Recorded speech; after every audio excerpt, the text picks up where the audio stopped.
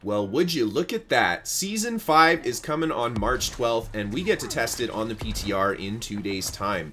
Of course, with the new season, we're going to get 8 new artifacts, and 6 of these artifacts we have been given a lot of information on, and we have a little bit of information on the last 2.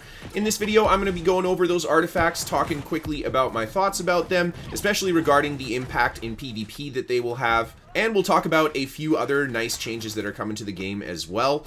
So let's begin. The first artifact that we get to see is the Phoenix. This is one that already on the Reddit has people up in a storm. Phoenix Revival. When you receive lethal damage, avoid death and become invulnerable for 2 seconds on a 180-second cooldown. Now, if you guys aren't familiar with the Hatchet passive that does something similar, it only gives you half a second of invulnerability. On top of it, the Hatchet passive will heal you as well.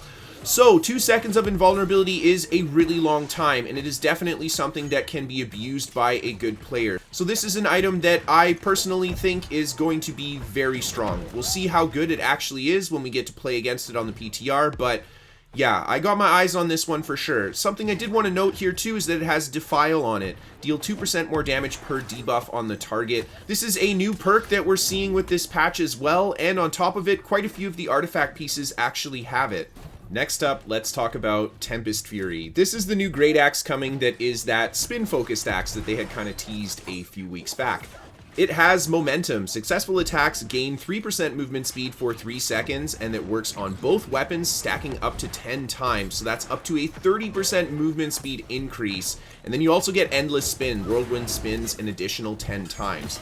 It has Fortifying Whirlwind on the weapon too, so in short, Whirlwind is going to be incredibly good with the Tempest Fury. I'm really curious how fast of a spin you'll be able to get off.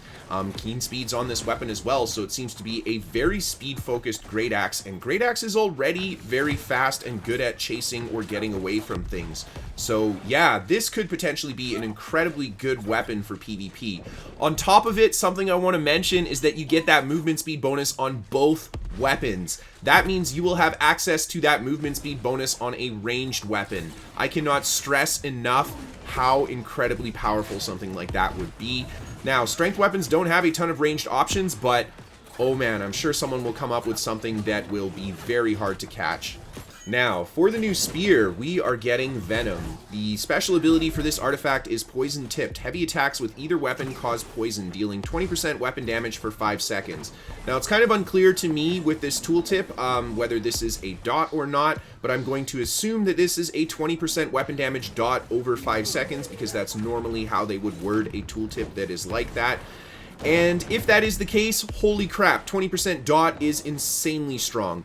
So I have 2 questions for this ability. Number 1, is this stackable? If you land 2 heavy attacks in a row, will you get 2 poison dots on your opponent? If so, this could be an insane amount of damage over time when you land multiple heavies on a target, especially with something like Greatsword that whips out fast heavy attacks.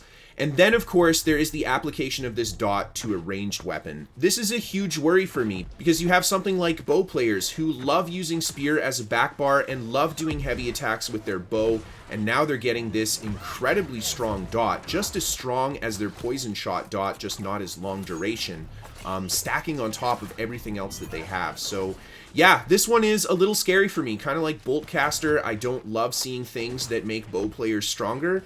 Love to hear what you guys think about this one. Now, let's take a look at the new hatchet we're getting, Sin. This has Corruption on it. Debuffs last 25% longer. This works on both weapons, and it has Defile as a perk on it here too. 2% more damage per debuff on the target. Keenly Jagged, refreshing move.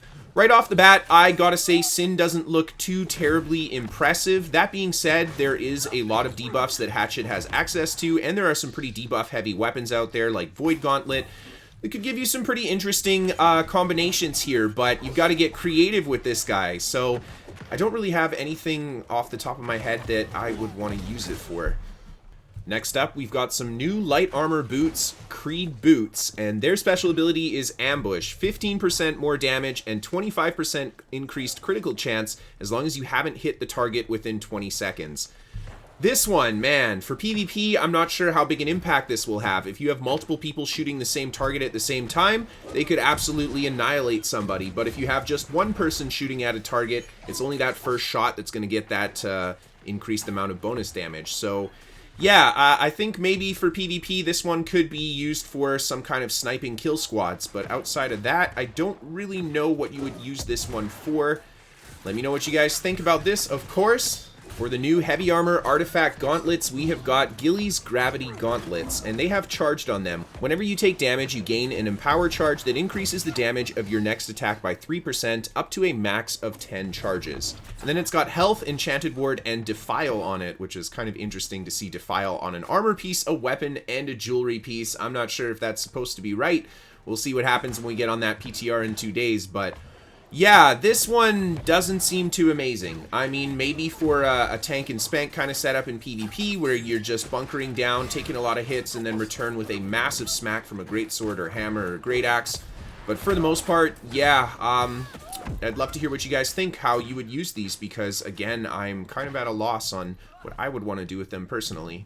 And we've got 2 more artifacts that they didn't give us any tooltips for, but we do get to see what their special ability is, and the first one is a new medium chest, Nature's Wrath, and it gives the perk Nature's Blessing. Empower expires 200% faster, but you deal 20% more damage.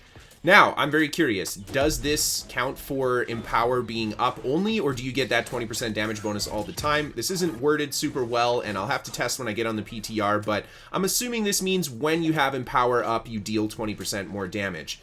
This could be pretty good. This could be really good for some well-timed and well-executed burst builds. You get some pretty crazy damage if you use this correctly. Being a medium chest piece, you can use it in both medium and light armor weights quite easily, so definitely looks like a pretty decent item to me. And finally, the last artifact we have is the Ironheart Heavy Legwear. While not in a heavy loadout, you gain 20% more max health. Oh my god, health is so good for PvP. It increases your durability, it increases your base healing power. Yeah, it is just the one stat that makes you all around more durable in PvP versus any other kind of more specific stacking stat. The big downside to these legs, though, is that you can only use them in a medium armor loadout. You won't be able to use these in light. You'd have to drop an armor piece altogether in order to be in the light armor weight. And on top of it, you can't use this in heavy because of the tooltips. So for medium armor, I can see this becoming incredibly meta very quickly. But for every other armor weight, doesn't really matter. Of course, these artifacts aren't all that's coming with the new PTR update. We're also going to get a controller interface, and they are doing a lot of coding around how the game is coded in order to make it easier to work with and, hint, hint, possibly see a console release for New World. I'm hoping we see a console release for New World. I mean, look at this controller interface.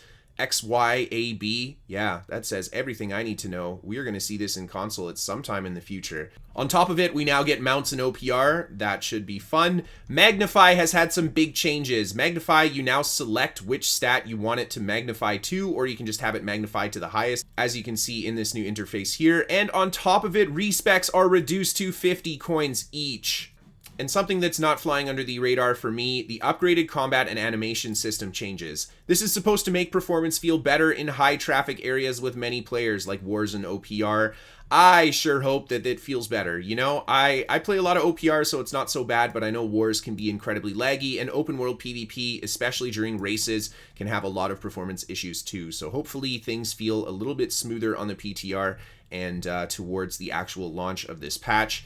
And then here is a little bit of information on the controller support if you guys want to check it out. I'll just leave it here because most of it just has to do with controller stuff. If you're not using a controller, this won't impact you at all. And it lets us know that the aim assist is going to be AI only, so we shouldn't see aim assist in PvP. That's really the big one that affects everybody. Apart from that, they finished updating the main story quests, so that's pretty cool. We've got the Rabbit's Revenge and Springtide Bloom seasonal events going on with it too.